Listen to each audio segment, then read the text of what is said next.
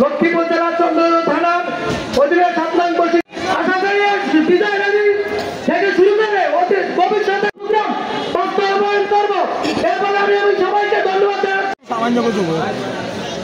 আজকে লক্ষ্মীপুর জেলা সাতমান বসিপুর ইউনিয়ন চন্দ্রগঞ্জ থানার আওতাধীন বিএনপি মানুষকে দেশের জন্য মানুষের সেবা করা কিভাবে সেই নিয়ে আলোচনা করব এবং মানুষ যাতে গণতন্ত্র